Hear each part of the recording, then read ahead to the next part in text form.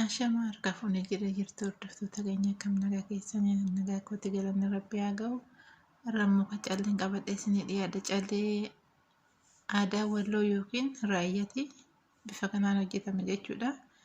Bifti isaa akka xilata isaatiin deema jechuudha. Akka uffata isaaniitiin jechuudha. Xilata baay'ee waan qabuuf halluu baay'ee qaba jechuudha. Amma fakkeenyaaf bifni isaa baay'eedha. Akka haaluma saniin hojjetama jechuudha. Akkuma callee alaabaa abbaa gadaatii fi alaabaa ofiitti hojjetama garuu bifni isaa baay'eedha. Halluma isaa kanaan hojjetama jechuudha. Lafaan ta'a wajjin hojjennu yuutuubii kiyya saskiraaybii laayikii sheerii gochuu hin dagatinaa. Irraa baradhaa.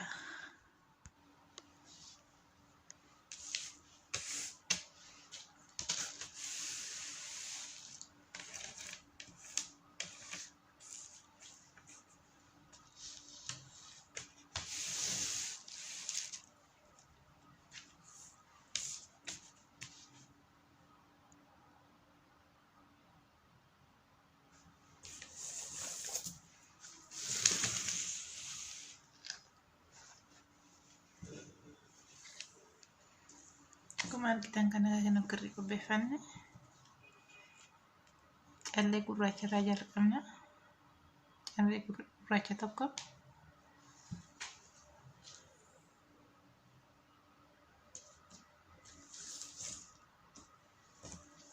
guduunfina jechuudha.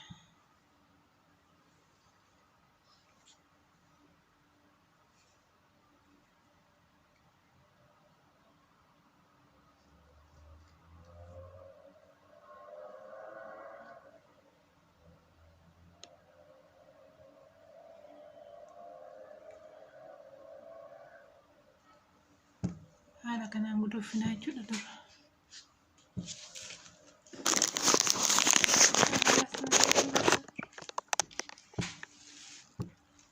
Waan sirriitti kanatti fakkaata.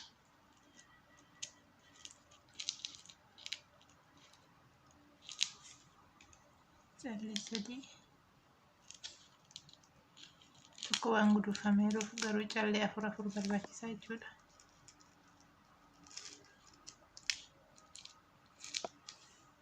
Kun amma afurii.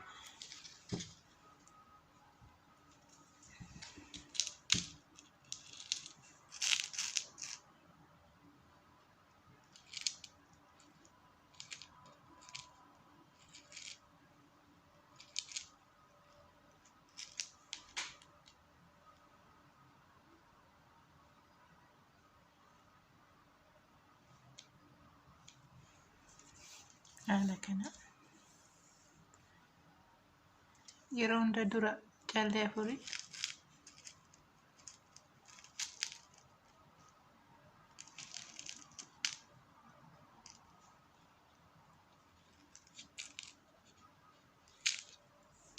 sadii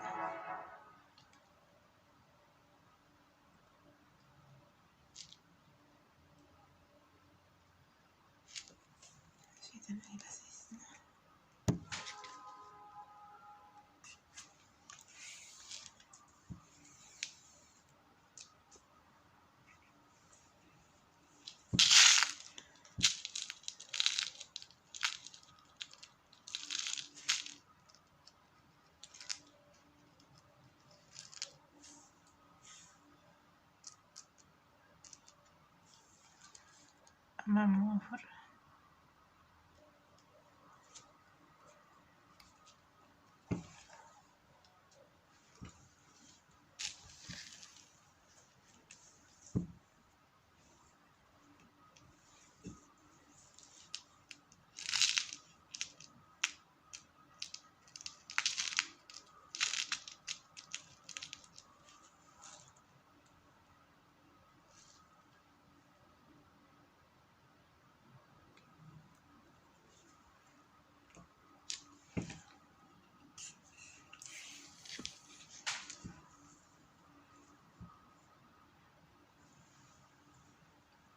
Haaluma kanaan itti fufaa jechuudha.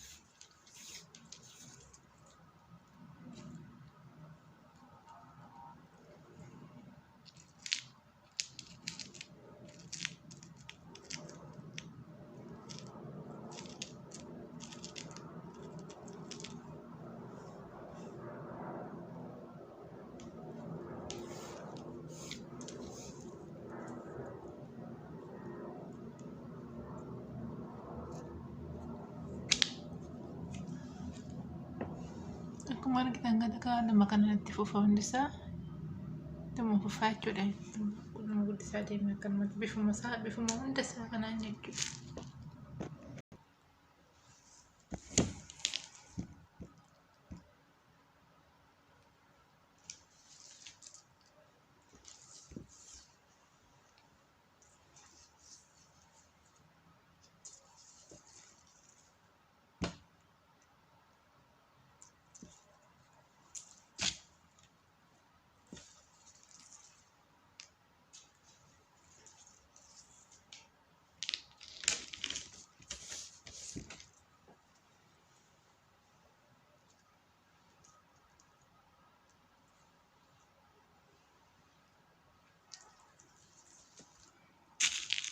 Akkuma argitan kana kan xumurreerra.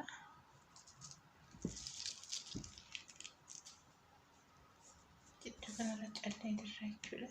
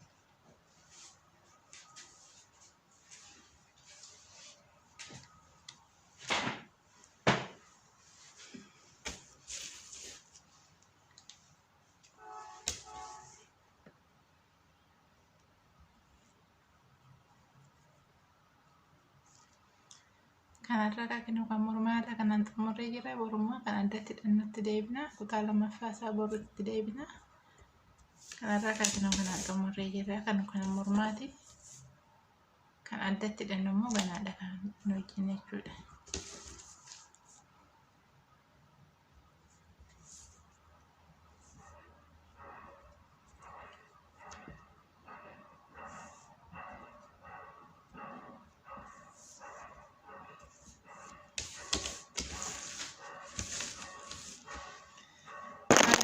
Morma xumurree kaa'ama kan addaa amma boroo walitti deebina nagaan naa bulaa.